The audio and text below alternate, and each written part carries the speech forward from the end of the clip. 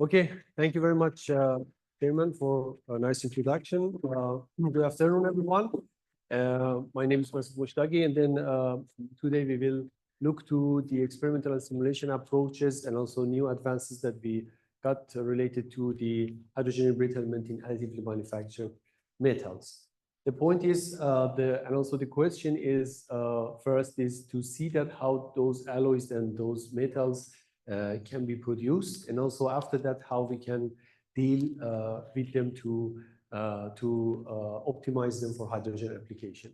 The establishment of this project and also the studies now, depending on the big overview of the projects that we have, also with the collaboration with the Intrag Europe, JSPS in Japan, FWF in Austria, and also Horizon Europe, and also collaboration with the companies like SSAB and the others. Also, thanks to the Business Finland to supporting our recent project and also funding our recent activities and also studies.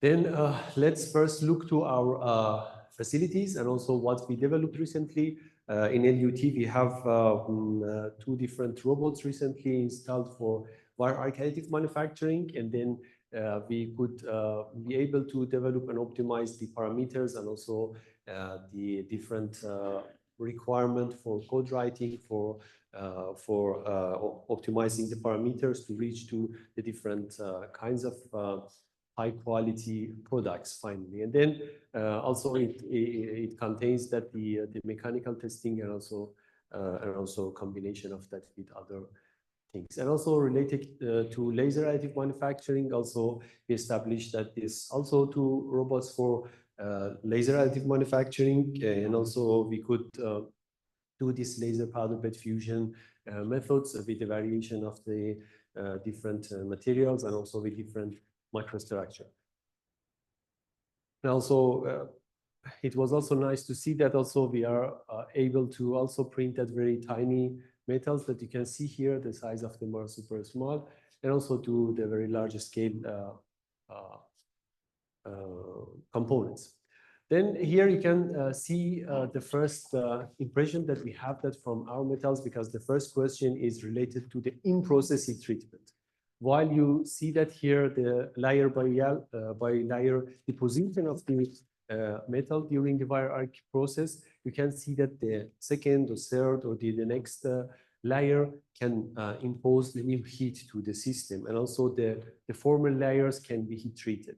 You can see that here a very nice finite element simulation about the monitoring the temperature during that, and also relation of that with the stress distribution. The controlling of stress is everything here in wire arc additive manufacturing process.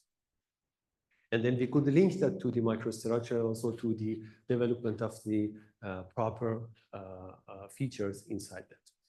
Here also the next step of that is the realization, also production of the components. You can see here this pressure vessel that is produced recently in LUT with the collaboration with Finnish additive manufacturing ecosystem and also Andritz company. And then this is the biggest component of wire arc additive manufacturing based on steel at the moment. And then we could also test that in various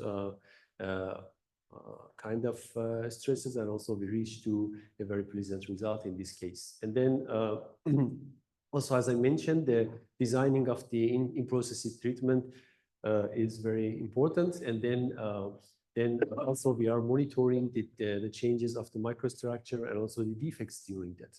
You can see here that with different synchrotron techniques that we are implementing them, then you can see that how we can monitor the defects and also changing of the texture during that, because the behavior of the texture of these materials are completely different from the regular wrought alloys. And then because of that, we need to also incorporate that to our big map of a study. That is also affecting on our in-process heat treatment here, and also the final microstructure that we can reach, and also the distribution of stress and strain. All these details should be always studied and also taken to care. And also you can see on top right that some results of synchrotron observation, direct results, and also some process result here on the bottom left. That is also the details of our studies that we did thanks to the collaboration with GSPIS and also Toyohashi University of Technology. And then the setup is also can be also seen here in detail. But the point is that we could see and also observe some defects that it was not possible to see that with the regular CT methods. And then if we looked at some of the results here, we can see that for WAM 7000 series in the T6 condition, we could test and optimize all these parameters, and also finally use that for hydrogen application, also testing them.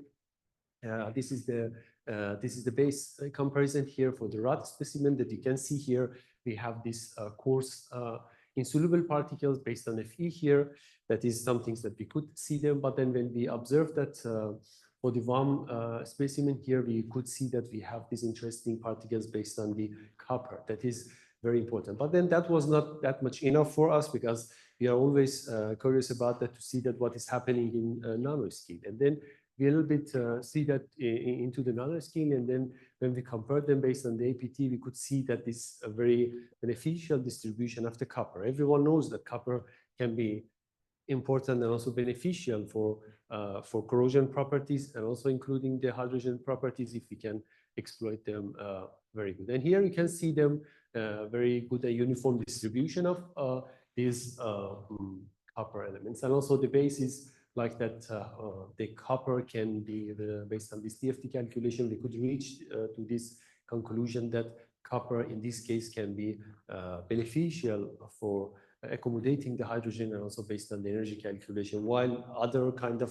solutes and elements that we have here like Mg cannot be favorable in this case, and also can be considered a little bit like the enemy of hydrogen. And then finally also we could see the mechanical properties here, and then based on this three-point bending force displacement test, we can see that the WAM specimen has a brilliant performance here after designing the microstructure. And then this is some things that could improve that based on the regular rod 7000 series that you can see here. Then we could publish this result, and then I invite you to observe this also in our publication. The second part is related to the 5000 series, that is ILMG, that it is very favorable for welding, as you know. And then it is also one of the very good choice that the production of that based on bioarc additive manufacturing not that much favorable and easier. And then you can see the distribution of the defects here, and also the pores here. We can see absolutely one specimen has much more pore. But the point is that how we can exploit these pores on our behalf. The point is that after some observations and also studies, we could see that when we optimize the size and also distribution of the pores, we can see a very strong trapping by these pores at the very end, at the right side, and then this can be super beneficial for accommodating the hydrogen and also capturing that in an effective way. And also we have the special depleted grain boundaries in this specimen that is, as we discussed about, that Mg is like the enemy of hydrogen and cannot accommodate hydrogen very well. But here you can see that we have this depleted zone of Mg at the grain boundary in this specimen.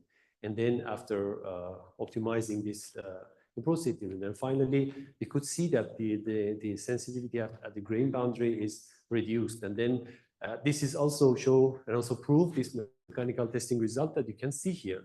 And then you can see here that we have this fully suppression of hydrogen embrittlement. And then this is the result of very good or I think depletion of the Mg elements at the grain boundary. And then this is a very interesting topic, because then ILMG alloys can be a very good and also cheap alloy, I think, that for some of the storage applications, the low pressure. And this is also the output of our work that you can see that recently published. And this is a big collaborative project that we spend a lot of time on that. And then I hope that you can read it and also enjoy it later. Also related to the laser additive manufacturing LBPF here. For steels, we could also study it on the tool steels based on the available topics that we have from the industry, also collaboration. We could see that also the beneficial and also again with the changing of the in-process treatment and also trying to optimize all the steps during the production, we could reach to the I think some distribution of the retained austenite here. And then this retained austenite could not be observed here by the regular EBST, but then we could see that by TM. And then this is a very beneficial distribution here because they can capture hydrogen. And also you can see here the high temperature or relatively high temperature peak that here is related to that. Also related to the recent observation in laser powder bed fusion, the laser powder bed fusion method, that we could see that also the enhancement of changing in the morphology of the particles here based on the accessing of particles to hydrogen. The point is that we could see that with hydrogen we could expand, or we could have this expansion of the particles here in this aluminum silicium alloys. That is something that's super interesting for us. But then we were a little bit skeptical about that. What is the reason? But then finally, after many explore and also studies with some advanced methods, we could finally see that the accommodation of the temperature here and also rise that you can see here. I don't know, the pointer is not very neat here. You can see here that in the exact time when we have hydrogen, we have that higher accumulation of this strain due to the hydrogen. And then this accumulation, that is some things that happening here. But then when we look a little bit to the thermodynamic background and also studying about that, we could see that when we have the hydrogen, hydrogen can enhance the entropy and also can generate the entropy based on the hint mechanism that we already proposed about this nanoscale mechanism. And then we could see that enhancement of entropy here can be used as a favorable things that to reduce the total delta G here. And also then this can enhance and also facilitate the formation of these particles that you can see here in this former results here that I don't know why it is not straight. Yeah, okay. Then you can see here that the morphology of these particles changed due to the hydrogen and also changing the aging sensitivity here. And then this is also called that this hint mechanism that also we had this discussion and also presentation yesterday. This is also the summary of the work that I tried to also show that generally that, okay, via additive manufacturing and also LBPF method can be very interesting method for reducing the CO2 emission from both sides, because the procedure itself is it has the lower CO2 emission compared to the casting, plus that we could show that they are having a very high potential to be used for hydrogen applications. And then both in steels and aluminiums, we could show that here. And also we could produce that in this project, the first high quality hydrogen resistant 7000 series aluminum alloy based on additive manufacturing that has the several challenges for production of the required wires and also different things that we have here. And finally, also we could also see again the interesting local mechanisms like hint here in those materials, and also continue to do those also in observation nanoscale. Also, finally, I invite you that also to look to our other presentation. I think some of them already presented, but then some of them also continue to be presented. That we had the steel structure group has this contribution also related to this additive manufacturing topics and also the welding topics that we discussed a little bit. We are organizing also next year the Commission 11 of IIW in Genova. That then I invite you guys to submit your abstract and also contribute into this interesting topic, that you can see their outline of the topics that are mostly related to the additive manufacturing and also welding and also welded pipelines. Thank you very much.